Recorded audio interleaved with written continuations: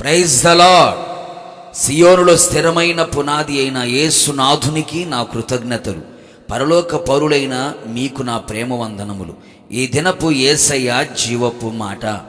ఆది కాండము 35వ అధ్యాయము 11వ వాక్య భాగము.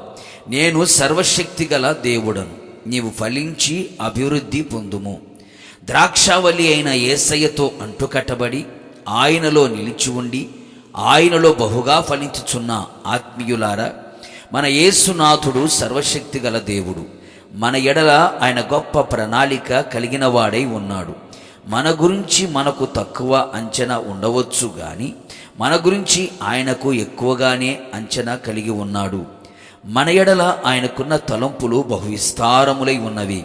ఇసుక రేణువుల కంటే అధికమైనవి, లెక్కించలేనంతగా కనబడుచున్నవి. మనము అన్ని విషయములలో అనగా ఆత్మీయంగా, శారీరకంగా, భౌతికంగా, కుటుంబపరంగా ఫలించాలని, అభివృద్ధి పొందాలని సర్వశక్తి గల దేవుడు కోరుచున్నాడు. దానికి అనుగుణముగా మన బ్రతుకు ఉండాలని ఆయన ఆశిస్తూ ఉన్నాడు. ఫలించని ప్రతి చెట్టు నరకబడి అగ్నిలో వేయబడును, తీసి పారవేయబడును అని వ్రాయబడి ఉన్నది. గొడ్డలి చెట్టు వేరున ఉంచబడి ఉన్నది. కావున నా దేవుని ప్రియులారా, మనము ఆయనలో ఫలించాలి. ఆయన నీతి మనలో ఫలించాలి. వినిన వాక్యము, చదివిన వాక్యము, ధ్యానించిన వాక్యము నూరంతలుగా మనలో ఫలించాలి. బహుగా ఫలించాలి, విస్తారముగా ఫలించాలి.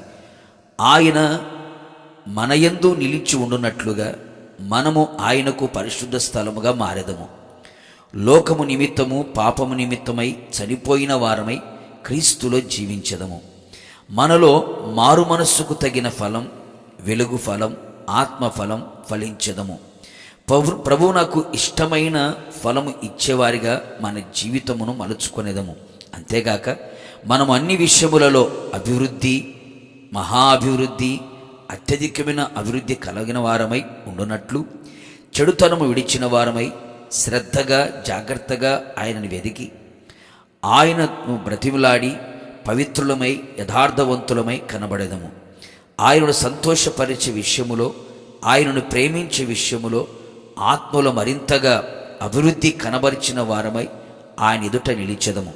కృపగల యేసయ్య మనలను జ్ఞాపకం చేసుకొని మనతో సర్వశక్తి గల దేవునిగా ఎదుర్కొని ఇక మీదట ప్రభు కొరకు మరి ఎక్కువగా ఫలించున్నట్లు, ఆత్మాభివృద్ధి పొందినట్లు, మనము ఫలభరితమైన అనుభవాలు నడిపించబడినట్లుగా కనబడినట్లుగా సర్వశక్తి గల దేవుడు మనతో కూడా ఉండి సమస్తమును జరిగించునుగాక. ప్రార్థన. నిత్యుడగు తండ్రి యేసునాథ, నీ పరిశుద్ధ పాదములకి స్తోత్రములు చెల్లించుచున్నాం. మరొకసారి ఉదయకాలమున మీ జీవపు మాటతో మమ్మల్ని దర్శించారు. మీరు సర్వశక్తి గల దేవుడు ప్రభువా, మేము ఫలించాలని, అభివృద్ధి పొందాలని మీరు ఆశించి ఉన్నారు. అవును తండ్రి, మీరు కోరినట్లుగా మేము బహుగా విస్తారముగా ఫలించున్నట్లుగా, ఎల్లప్పుడూ మేము మీలో నిలిచి ఉన్నట్లుగా సహాయం చేయండి.